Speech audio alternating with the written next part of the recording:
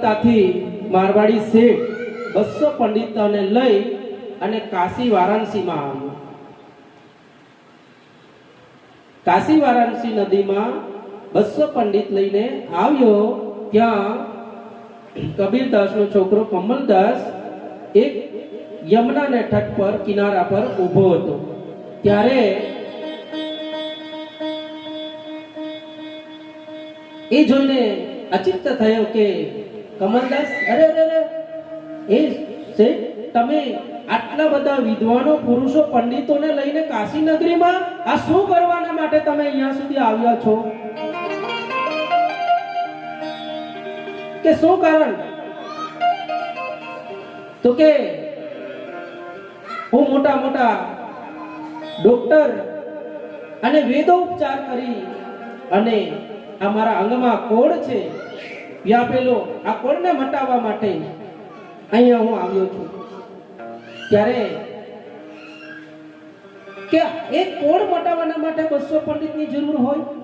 આ કોડ તો હું એમને એમ ગાયબ કરી દઉં.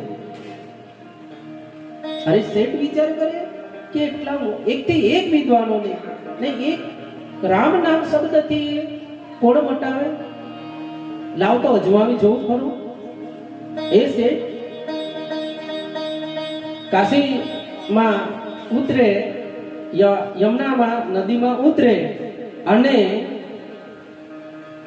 કમલે કયું એ મતલબ રામ નામમાં બોલીને ડૂબકી લગાવી. આમે ડૂબકી લગાવીને આવ્યો બહાર અને જોઈ તો કોડ એમને એમ જ હતો. એટલે કમલને મનમાં થયું, આ કેવો માણસ છે, કઈ ફરક નહીં પડે. શેઠ, કઈક તમારું ખામી હોવું જોઈએ, પાછો જા. જ્યારે એક શબ્દ પર પાછો ગયો અને પાછો ડૂબકી મારે અને બહાર નીકળે રામ નામ બોલીને. એટલે કોડ પાછું એમને એમ.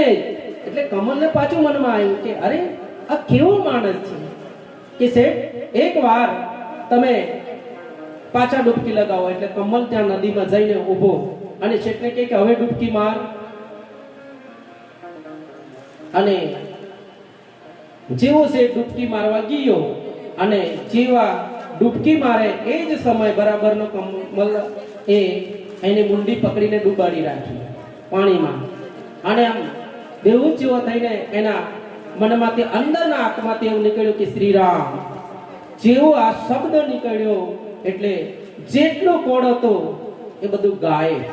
એટલે કમલદાસ એટલો બધો કૂદીને નાચીને કૂદકો કરવા લાગ્યો કે હે શેઠ કે લાખ રૂપિયા તને આપું નહીં, મને લાખ રૂપિયા નથી જોઈતા, પણ તમે જે કંઈક સારા કામમાં એનો ઉપયોગ કરો. અને એ નાચતો કૂદતો અને કબીરદાસ પાસે જાય કે પિતાજી પિતાજી. કમલદાસ ને એવું હતું કે મને કઈ સબાસી આપશે. એટલે જઈને કે પિતાજી પિતાજી, એક રામ નામ 3 વારના રામ નામ બોલવાથી મેં કોડને સાજો કરી દીધો. 3 વાર રામ નામ બોલવાથી કોડને સાજો કરી દીધો. આમ જ્યારે આ શબ્દો કબીરદાસે સાંભળ્યો ત્યારે એ ખુશ નહીં થયો, સબાસી નહીં, પણ દુઃખી થયો. ભગવાનનું 3 વાર એક કોડને મટાવવા માટે 3 વાર બોલવું પડે. એટલે કમલદાસ નારાજ થઈ ગયો અને એ દુઃખી થઈને કીધું કે જા સંત તુલસીદાસ પાસે જા. સંત તુલસીદાસ પાસે જા. જેવા આ કમલદાસ પાછો નિરાશ થઈને સાનો માનો સંત તુલસીદાસ પાસે જાય અને કે હું કમલદાસ કબીરદાસનો પુત્ર, જ્યારે એક મારવાડી શેઠ કલકત્તાથી 200 પંડિત લઈને આવ્યો વારાણસી નદીમાં, હું ત્યાં જ નદી સંજોગના કારણે ઉભો હતો અને મને કહે કે 3 લાખ રૂપિયા ખર્ચો કરીશ અને હું ગોતી વિધિ પૂજન કરીશ. ત્યારે હું 3 વાર રામ નામ બોલવાથી કોડને સાજો કરી દીધો અને એવો શબ્દ નીકળ્યો. ત્યારે સંત તુલસીદાસ સમજી ગયા કે નહીં, કંઈક તો મારા માટે શીખવા મોકલ્યો છે. એના માટે કે એક નગારો એના હાથમાં પકડાવી અને કહે કે આખા ગામમાં આ નગારો પીટાવો. જેટલા પણ અગલ બગલમાં કોળ હોય એ બધા જ ભેગા થઈ જાય સંત તુલસીદાસના આશ્રમમાં. આજુબાજુ નગારો પીટાવી અને કરીબ 500 કોળ જેટલા ભેગા થયા. સંત તુલસીદાસે શું કર્યું? 3-4 ગળા મૂક્યા અને તુલસીનો એક પત્તો તોડી અને રામ નામ લખી અને પલળીને બધા જ ગળામાં નાખ્યા. અને જેવા જેટલા લાઈન બંધ એને બેસાડ્યા અને પાણીના છાંટા જેમ જેમ નાખે તેમ તેમ કોડ સાજા થતા ગયા. કમલ ને અચક થઈ ગયો કે એક રામ નામથી બધા જ કોડ સાજા થઈ ગયા. એટલે એને હોશમાં નહીં રહ્યો, પાછો નાચવા ને કૂદવા લાગ્યો કે અરે વાહ. એટલે પાછો હવે તો મને પિતાજી સબાથી આપશે એમ કરીને નાચતો કૂદતો જાય એના પિતાજી પાસે.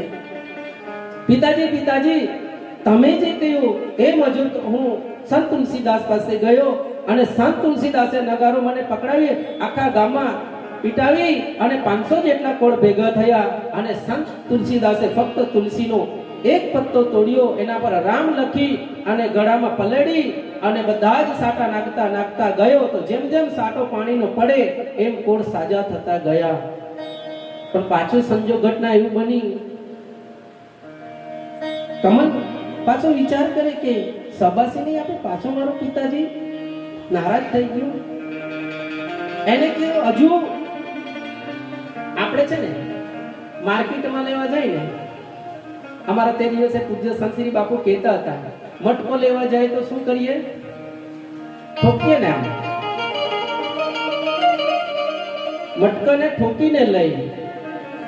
તેવું જ્યારે આપણા પર દુઃખ આવે ને, આપણા પર જ્યારે દુઃખ આવે ને, ભગવાન આપણને ઠોકે કે મારા હજુ મારા પ્રત્યે એના પ્રેમ જાગ્યો કે નહીં જાગ્યો, મારા પ્રત્યે હજુ પાક્યો છે કે નહીં પાક્યો. એટલે આપણને ક્યારે તાવ છોડે, ક્યારે ખાંસી છોડે, ક્યારે બ્લડ પ્રેશર છોડે, ક્યારે વોમિટ બી છોડે ને ક્યારે અનેક પ્રકારના ઝઘડા બી કરાવે છે. એટલે એ ભગવાન પરીક્ષા કરે આપણને.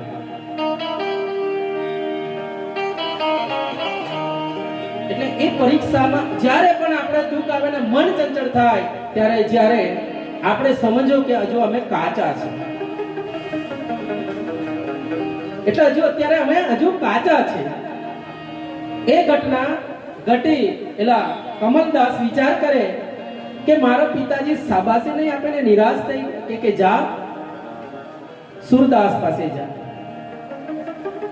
સુરદાસ પાસે પાછો ગયો, નારાજ થઈને જાય ધીરે ધીરે અને સુરદાસ પાસે જાય અને કહે કે હું કબીરદાસનો છોકરો કમલ, હું વારાણસી નદીમાં સંજોગના કારણે ત્યાં ઊભો હતો અને એ જ સમયે કલકત્તાથી એક 200 પંડિત અને મારવાડી શેઠ લઈને વારાણસી નદીમાં એના પાપ ધોવાના માટે આવ્યો હતો. વિશાળ કોળ હતો, 3 લાખ રૂપિયા ખર્ચવાની વાત કરતા હતા. ત્યારે કીધું કે 3 લાખ રૂપિયાની ખર્ચવાની કોઈ જરૂર નથી, એ કોળ તો હું એમને એમ સાજો કરી દેવા. આમ 3 વાર રામ બોલવાથી એને હું સાજો કરી દીધો. પણ ઘટના એવી કે સંત તુલસીદાસે શું કર્યું? ફક્ત એક તુલસીનો પત્તો તોડી રામ નામ બોલી અને 500 કોળ જેટલા સાજા કરી દીધા. એટલે પેલો સુરદાસ સમજી ગયો કે રામ નામનો સમજવા માટે અહીંયા મોકલાયો છે કબીરદાસે. ત્યારે કે સાંભે નદીમાં પૂર આવે છે ને, હવે પાછો નેત્રહીન કે નહીં, સુરદાસ એટલે દેખાય નહીં, એનો અંધો છે. તો એને કીધું કે સાંભે નદીમાં પૂર આવે, એમાં એક મુર્દો આવે છે. હવે પેલો ભાઈ અચકત થઈ ગયો કે એ તો અહીંયા બેઠો છે કુટિયામાં અને સાંભે નદીમાં પૂર આવે. અને એ મુર્દો લઈ આવે એમ કીધું અને કમલદાસ જઈ અને એ નદીમાંથી એક મુર્દો લઈ આવે અને સુરદાસને કોડામાં ગોદવા મૂકે. ત્યારે સુરદાસ એક ફક્ત ર, આખો નહીં, રામ નહીં, ખાલી ર બોલવાથી એક મુર્દો જીવતો થઈ જતો હોય. તો રામના નામમાં કેટલી બધી તાકાત હોય. તો એવી જ રીતે આપણે અખિલ જગત જેની જગદંબામાં મા લક્ષ્મીના સાનિધ્યમાં આવ્યા છે અને મા લક્ષ્મીના પ્રાંગણ્યમાં આપણે ગોદમાં બેઠા છે અને ચાર ભુજા અને ચારો હાથ આમ કરીને બેઠી છે માં એને ગોદમાં બેઠતા હોય તો આપણા પર એની કોઈ કૃપા હોય એના પર ભરોસો તો રાખો.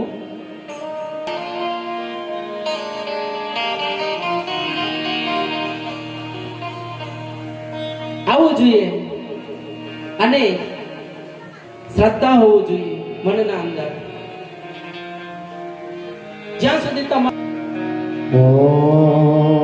मेरा आपकी कृपा से